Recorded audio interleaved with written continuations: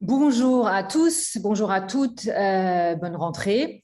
Comme vous le savez, toutes les semaines, nous posons 3 questions à un expert sur un sujet. Aujourd'hui, j'ai le plaisir de recevoir Benjamin Haddad, directeur du programme Future Europe au think tank Atlantic Council et auteur de Le Paradis perdu, pour parler de l'Afghanistan et surtout des implications pour les États-Unis, pour l'Europe et aussi pour les relations transatlantiques. Benjamin, on commence tout de suite. Le retrait américain de l'Afghanistan avait été annoncé par le prédécesseur de Joe Biden, Donald Trump, et Joe Biden l'a mis en œuvre, si on peut dire comme ça. Quelles sont, selon vous, les raisons qui ont poussé l'actuel président à concrétiser ce projet? Est-ce que c'était une surprise à Washington et à quoi doit-on s'attendre pour la suite? Ouais. Je crois qu'il faut vraiment écouter le discours de Joe Biden il y a 2 jours, qui a annoncé officiellement la fin de la guerre en Afghanistan, parce qu'il était vraiment très, très franc, très direct, et il a exposé les raisons qui ont expliqué son retrait.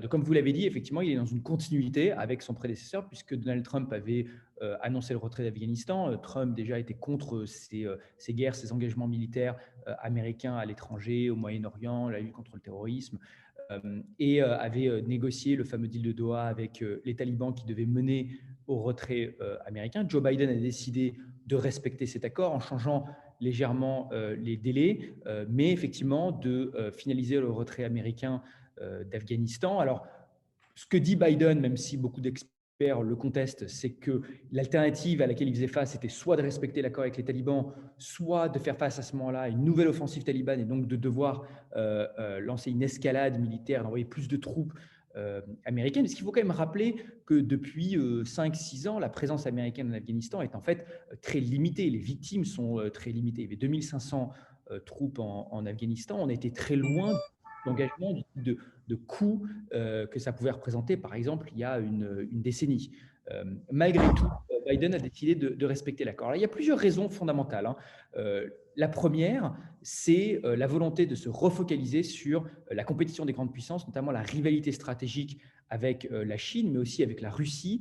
Et ce type d'engagement militaire était vu comme une diversion, comme une mauvaise utilisation des ressources américaines. Et on voit que ce type de conflits sont de moins en moins populaires aux États-Unis, à la fois à droite et à gauche. Au fond, Biden, c'est quand même le troisième président de suite, Barack Obama, Donald Trump, puis Joe Biden, qui est élu pour mettre fin à ces guerres. Alors on va en parler, ça a quand même des conséquences directes pour les alliés, parce qu'on voit qu'il y a assez peu d'appétit aux États-Unis pour les interventions militaires dans des régions qui peuvent avoir un impact direct sur la sécurité des Européens, de la question de la lutte contre le terrorisme à l'immigration et les réfugiés. Mais en tout cas, Biden, malgré le désastre qu'a été ce retrait, la mort de soldats américains, des milliers d'Afghans qui ont travaillé avec les alliés qui restent coincés, bloqués aux prises des talibans en Afghanistan, Biden parle de succès extraordinaire, je le cite, et assume complètement sa décision.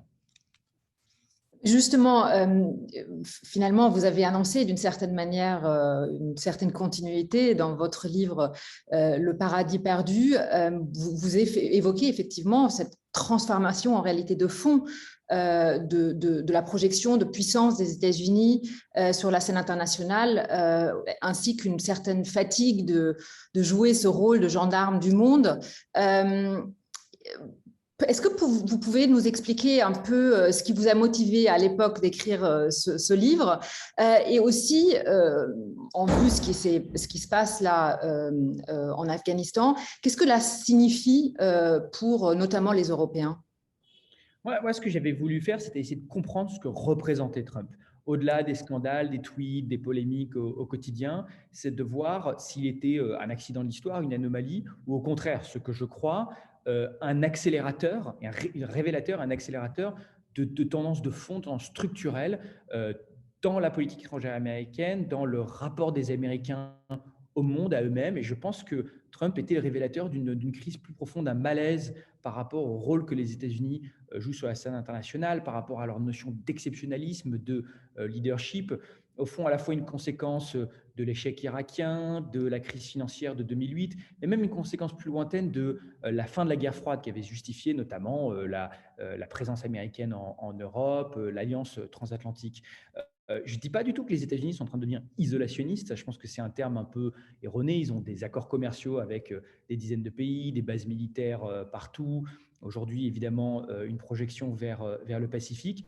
Mais en tout cas, un transfert de priorité qui a des conséquences pour les Européens. Et à cet égard-là, effectivement, on voit clairement une continuité. Alors, un discours très différent, bien sûr, un style radicalement différent entre Biden et Trump, mais on avait déjà vu des formes de continuité entre Obama et Trump. Par exemple, prenons la question syrienne, qui a eu là aussi des conséquences directes sur l'Europe, les attentats terroristes de Daesh, la crise migratoire de 2015.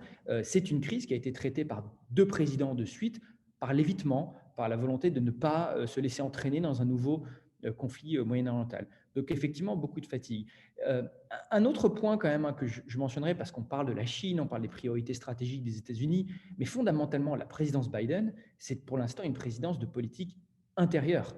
Le focus de Joe Biden, c'est la lutte contre le Covid, à la fois les vaccinations, la relance économique, c'est le plan d'infrastructure, c'est les investissements dans l'économie. C'est une présidence qui, pour l'instant, est très ambitieuse, mais ambitieuse effectivement en politique intérieure. Aujourd'hui, le legacy de Biden, il se fera plutôt sur ces sujets. Et c'est ça qui est important pour le comprendre. Pour l'instant, Biden est allé une fois à l'étranger. C'était en Europe. On a vu des messages positifs, assez peu de contenu finalement, mais tout de même des messages positifs dans le sommet de l'OTAN et de l'Union européenne et au G7. Et on voit très peu, pour l'instant, de dirigeants étrangers se rendre à Washington.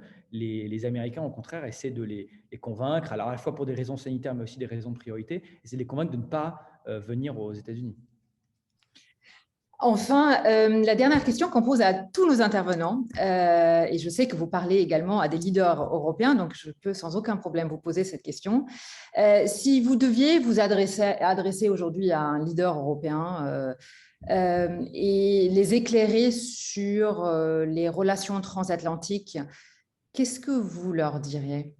Je crois qu'il n'y aura pas de retour à la normale, quel que soit ce qu'on appelle la normale. C'est-à-dire qu'aujourd'hui, les Européens doivent se prendre en charge, doivent prendre en charge leur défense, leur sécurité, investir dans ce qu'on appelle leur autonomie stratégique. Mais quel que soit le terme, le concept, finalement, il faut se débarrasser de ces débats théologiques et philosophiques et investir dans nos capacités pour être capable de défendre notre sécurité. Demain, si on a une crise en Afrique du Nord, en Libye, en Méditerranée orientale, dans les Balkans, comme dans les années 90, on n'a absolument aucune garantie sur le fait que les États-Unis aient envie d'intervenir pour défendre notre sécurité. Donc il faut entendre ce que les Américains nous disent, ce que plusieurs administrations de suite nous ont dit, et être capable de mettre fin à notre impuissance. Aujourd'hui, les Européens sont dans une incapacité totale de façonner leur environnement. On l'a vu avec la Biélorussie, une réaction extrêmement timorée à un détournement d'avions sur le territoire européen. On le voit dans tout l'arc de crise qui entoure l'Union européenne. Donc, je dirais aux Européens, avant tout, de se prendre en charge, de faire preuve de plus de responsabilité stratégique. Et en plus, c'est ce qui, à terme, pourra relancer et sauver la relation transatlantique. Les Américains ont aussi besoin de voir qu'ils ont des alliés responsables qui apportent une vraie valeur ajoutée. Donc, à la fois pour les Européens, mais pour l'Alliance, prenons-nous en charge. Et sur ce, merci beaucoup Benjamin d'avoir pris le temps de répondre à nos 3 questions. À bientôt. Au revoir. Au revoir.